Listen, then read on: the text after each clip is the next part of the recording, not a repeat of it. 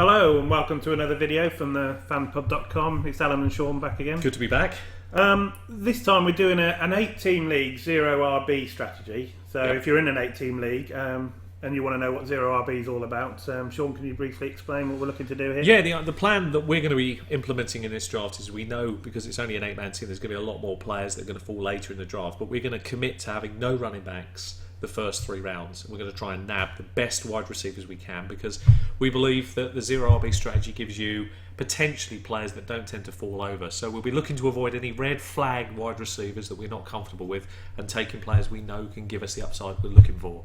Then we'll look to switch back rounds 4, 5 and 6 for some running backs to see what's out there. Okay, so let's get into it. So we're in a standard redraft league. We've got pick 4. It's an 8-team league. We've also, so it's not PPR or anything, it's just standard league. The choice we've got basically is Julio Jones, AJ Green, DeAndre Hopkins. Well, we can't. This is a no-brainer. No-brainer here. I presume we both agree it's got to be Julio Jones with our first pick. We both think that. I think we both agree here. There's a chance this year some wide receiver, either Julio Jones or Antonio Brown, could break the 2,000 barrier for receiving. Yeah, and he's only 100 and odd yards off it last year. So I can't dismiss him. And any time I've ever thought, no, I won't pick him because I don't like the team, I've made a big error, so I can't pass him by. It's got to be picked up. Okay, so he's a lock. Okay, so we've lost a couple of the ones that we might want to pick up, like AJ Green, or unfortunately the biggest ones left now: Allen Robinson, Mike Evans, Jordy Nelson, Brandon Marshall. The only reason I'm not looking at Jordy Nelson is purely because I've got a red flag at the moment still around him because he's coming back off injury. I like, in this situation, Al, I don't know again if you agree, I like Robinson or Brandon Marshall. I think it'd be difficult to turn down Brandon Marshall here. Yeah, I mean, Allen Robinson as well. I mean, he showed in the first pre-season game that him and Balls were business definitely back, aren't they? I'd be happy with either of them. So, I think given the fact that we've got Julio Jones, and to pair Brandon Marshall with Julio Jones just sounds very exciting. The Jets have got their quarterback back, Decker's there. It's a nice split offense. I think there's a lot of points for Brandon Marshall to get, and he will get them. So let's go with that. Okay, he's on the same bye week as Julio Jones. If that's the bye week is for both 11. I think we can cope with that. Okay. There's enough depth in this team to get round. So we've got 2 potential 200+ point players there. I'm very happy with that. Yeah, that's okay. Excellent. Let's see if we can get another great one. Well, Allen Robinson's still there. That's fantastic news. And that's going to be a no-brainer. Very happy to get the 3. We've got 3 stud wide receivers. Yeah. We're very, very happy with that. I mean, that's basically our 2 starters and our flex position tied up for the entire season, other than bye weeks. So now we can sort of. And Allen Robinson's bye week. He's week 5, so perfect. He's earlier. Okay. So, but he's not the same as the other 2, which is good. So now we can go for running backs and see what's out there. Okay, so the best running back ADP wise is CJ Anderson. We've got Carlos Hyde, Thomas Rawls, Latavius Murray, Matt Forte, Jeremy Hill. Got Cam Newton, a choice of quarterbacks if we want to go that route and really go 0RB. It'd be very tempting to not take one of the top quarterbacks here, actually, rather than the running back, because they just happen to be Anderson and Hyde have got they happen to be on the ball. We'd already put pressure. If you think about this, if you were in this league, we'd already picked 3 wide receivers. The pressure now, if you haven't taken any, is to take a wide receiver. So I think we could take the quarterback, and there'll still be running backs out there. Which quarterback do you like the most? Got to be Cam Newton. We've got to go on his form, his ability to run the ball in for us. He'll get running touchdowns as well. And we've already said the red flag around Jordy Nelson, so I think Cam Newton is fairly straightforward here. Top 5, easy quarterback. So. Okay, so I think you'll agree we've got 3 stud wide receivers and probably the best quarterback that we wanted. And in an 8-team league, that could be a really strong team.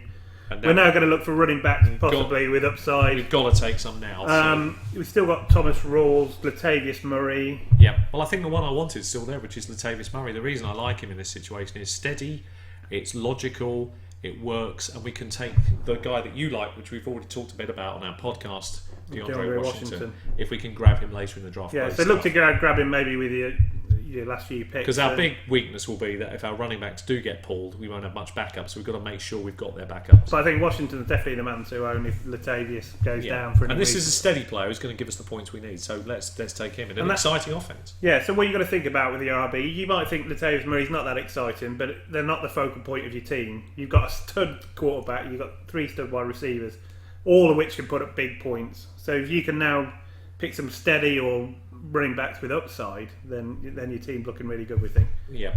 Okay, so we've got running backs. We've still got Matt Forte, Jeremy Hill, Jordan Stewart, Ryan Matthews, Dion Lewis, Frank Gore. They're all perfectly serviceable. Could you go through the first couple again? So Matt Forte, Jeremy Hill, Jonathan Stewart. I think I would probably take Matt Forte here in this situation, or Jeremy Hill. What do you like? I mean, Jonathan Stewart's got a big upside. I mean, he averaged 13 points. I suppose we could pen him in this situation with, of course, Cam Newton, couldn't we? Yeah. So that's, at least quite nice. If Cam doesn't hit your Jonathan Stewart touchdown, you're getting the points anyway. So. Yeah, I quite like that. I see your logic, and I think I should switch. I think across if Matt Forte, obviously, he's been there, done it. He's been a very. There's a little bit more risk because he's a little bit older. He's carrying an injury at the moment. Yeah. I know Stewart is as well a little bit, and he gets hurt a lot. But we're looking for upside here. If he does play all 16 games, he's going to be a real good addition to our team. Okay, so we've locked in Stewart. We're going into the 7th round now. Yep. We're going to look for another running back. Matt Forte's still there, so we've still got him if we want. Ryan Matthews is there. I mean, if we want to go another wide receiver, we've got Cobble Decker in the 7th round. They're nice, but we've already got 3 good ones. Okay, so what do you reckon? Matt Forte and Ryan Matthews? Who would you? Jeremy Langford's still there. Yeah. Which one would you like? Jeremy Langford. Okay. In this situation.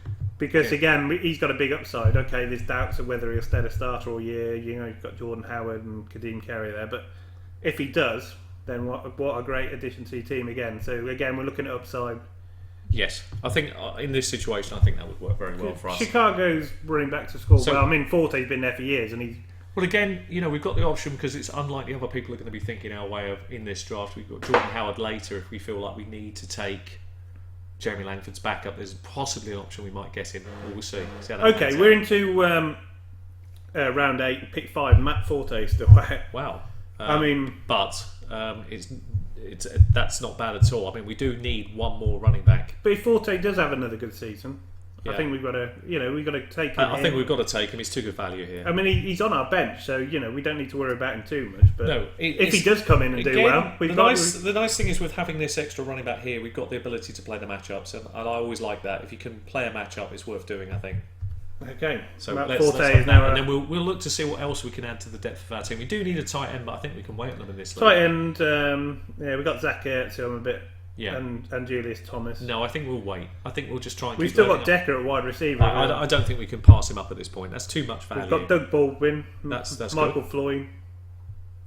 I like all of them, and none of them would be disappointing in the team we've got. Which one do you think offers the greatest upside between the 3? Do you think it's Doug Baldwin? Do you think it's Michael Floyd? I think Decker, if we hadn't got Marshall, but because we got Marshall, maybe if Doug Baldwin continues where he left off last season. Yeah, we've got no harm if he doesn't because we've already got 3 studs. So I think you're right. Okay, so we're looking at upside again there. So we're going to lock Doug Baldwin in.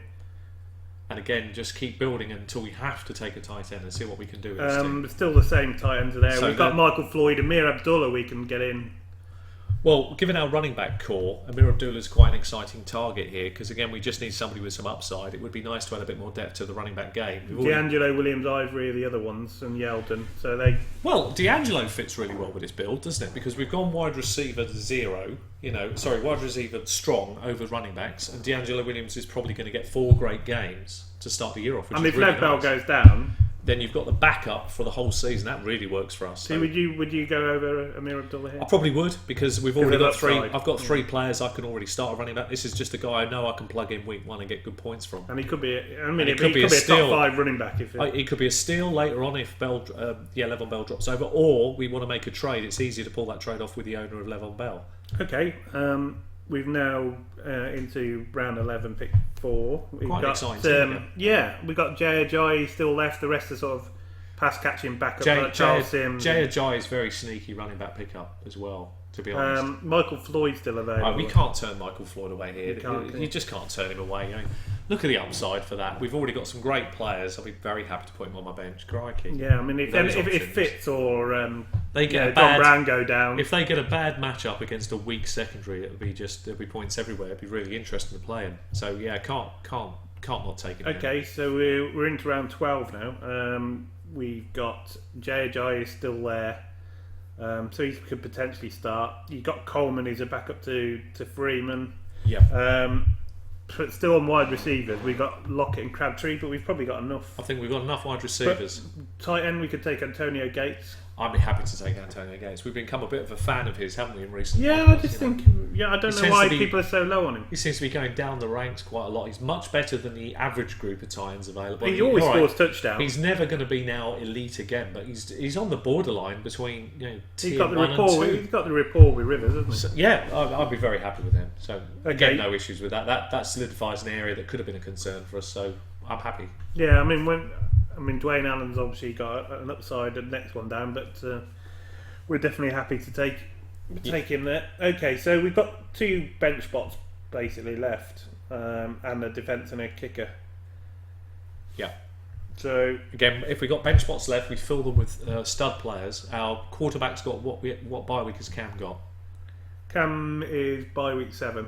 That's just enough time to worry about it. And in a league this small, there are bound to be quarterbacks out there, so I wouldn't worry about putting another one on. Let's just keep filling the bench.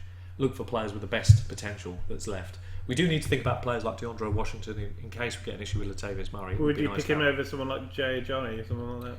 I probably would, because he's part of our team. So we need to cover that base for running backs, because we're not going to have we've got a reasonable selection, but it'd be nice just to make sure we don't have a problem. Okay, so we've locked Gates in. We've got our 2 bench spots. We got, the running backs are sort of tail downhill here. Yeah. I say we can get DeAndre Washington, but there's also Tevin Coleman, Derrick Henry, Crowell, Bilal Powell is also another. I think the way I would look at it is we look at what we know. Tyler Lockett and Crabtree are still there, but we've still got too many. We've got too many. We've got a lot of wide receivers. Look, let's be honest. I think we take Latavius Murray's backup just so we solidify a team, and then if Derrick Henry's still there, we take him just for the upside if anything happens in Tennessee. Okay, we'll lock DeAndre Washington in, who we like a lot this year. Yeah. So he's definitely someone to target late in drafts. Okay, and the last pick, we've got Blunt, who we don't really want probably. Bilal Powell, Theo Riddick. Yeah, Bilal's nice for Matt 40. We've got Matt 40 in our team. It's another nice pickup. So if one goes down, we've got the other one. We've got the other one, and that sort of fits our team really well, because if anything happens, we've covered both bases. We've not only have we ended up with 3 great wide receivers and depth at wide receiver, we've also got running backs that you can comfortably start to pick up points as well. With one of the best quarterbacks in the league, this looks quite an exciting if you team. want to take a shot on another, if you want another wide receiver, you've got Lockett, Crabtree, and Josh Gordon the upside from him. There's a lot of stuff there I like. Lockett's brilliant value, but with our team, it's almost like we're never going to get him on the field, so it seems pointless. We've gone wide receiver heady, so we need to. It's running back where we need to worry. It just needs to shore up the gaps if anything develops. So I would take it, Bilal Powell. It's an interesting pick in this team. Okay. And then just fill the defence and the kicker with the best available. Okay. And we could even stream defences all year round. Well, we've got Arizona Cardinals left. We can't go wrong there, can we? No. We'll happily take them. Got Carolina Panthers left. Yeah, this is wonderful about the 18 leagues. You get lots of opportunities. Okay, Arizona, very happy with that. We're just looking at our kicker now.